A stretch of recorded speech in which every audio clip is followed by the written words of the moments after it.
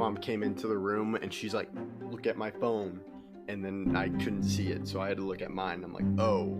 I can't bet against Tom Brady. I have the Bucks winning 31-27 and Tom Brady going to his 10th championship. Yeah, and I really think the Clippers' chance to win the championship was last year. And they were up 3-1 against the Denver Nuggets. Chris Paul is one of the most underrated players of all time. He's been the best player wherever he goes, and that includes with the Rockets. You said you can't bet against Tom Brady, and as a Cowboys fan and what I just did last weekend, I am not going to bet against Aaron Rodgers. Yeah, Connor McDavid, Leon Draisaitl. I mean, that's all I can really say. There's two of the top 5 players in the league, and they are very, very good. Hello, I'm Taylor Hearn, and you listen to The Outsiders' Opinions with Kevin and Austin. What's up, y'all? Welcome to our NBA Opinions of the Week. I am Kevin, and I am joined by the man not going to Cancun, Austin. Nope, Kevin. How do you feel? I feel good. Their win was a little bit kind of diluted because the Stars lost that night. But I don't think it feels good to finally get over the Clippers hump. And it wasn't Luka did not play his best. I think that's fair to say. He still put up good numbers, but I think he was great on defense, except game 6. It was game 5. Game 5. No, it was game 4. When he got so many fouls. But yeah, it feels good. I thought it was pretty funny when the Clippers had Dallas to Cancun, because in my opinion, the 2 Clippers wins were when the Mavs didn't focus. So that made me feel good. I was a little bit confident. So I was just scared because of previous interactions. And it feels good for the Mavs to do this. And yeah, the title of this video, I'm not really sure. I think if I'm the Clippers, they weren't bad. It was just their injuries. And they didn't have a healthy Kawhi. That's a way to put it. I definitely think that there were significant injuries, but can you really run it back after their age and after all the situations that they've been in where they haven't won a title?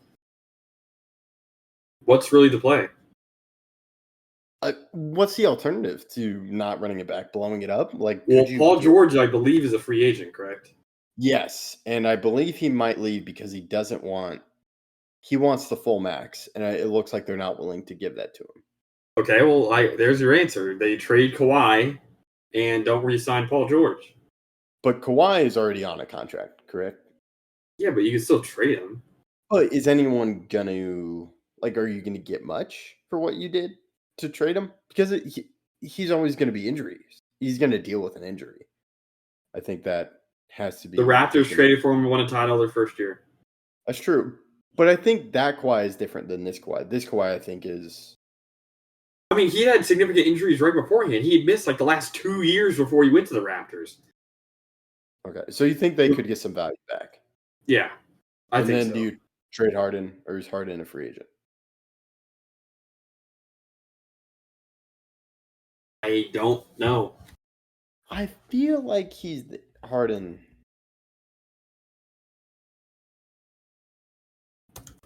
Let's...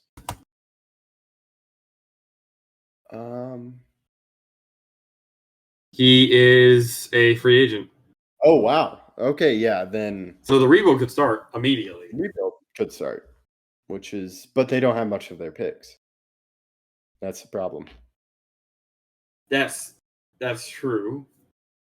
But I don't know but if you're not going to re-sign Paul George, is Harden going to want to stay? Yeah, no, Harden's probably not going to stay. Yeah, so this might actually be the end of an era. Of the Clippers as we know them. Yep, and that big trade, that big night when they traded for Paul George, signed Kawhi Leonard, and they got one conference finals appearance. They did. The first in their team's history, and they also are about to open a new building next year. Oh, geez. And that team may be extremely different. They're getting their own building, stopping being the little brother to the Lakers. They used to all play in the same arena. But now it seems like they could have a really new face next year, and this era would be seen just like the Lob City era as a failure. Yeah, and it should be seen as a failure. We talked about this was a huge year for them. Think they may have been on our finals or bust teams this year. You're nodding your head. Yes. Yeah, they definitely were. So they traded for Harden. Did not work. Not really too sad about that because the torment they've caused me the past 2 years that we face them in the playoffs.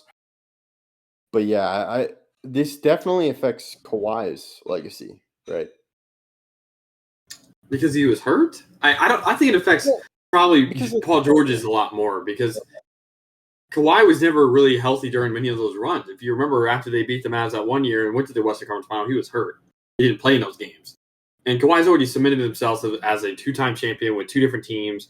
He blocked up LeBron James in the finals and then also had to play against the Warriors, obviously without KD. But still, I think Kawhi's legacy is cemented. While he can definitely go up or go down depending on how the rest of his career turns out, and this definitely does not help his legacy.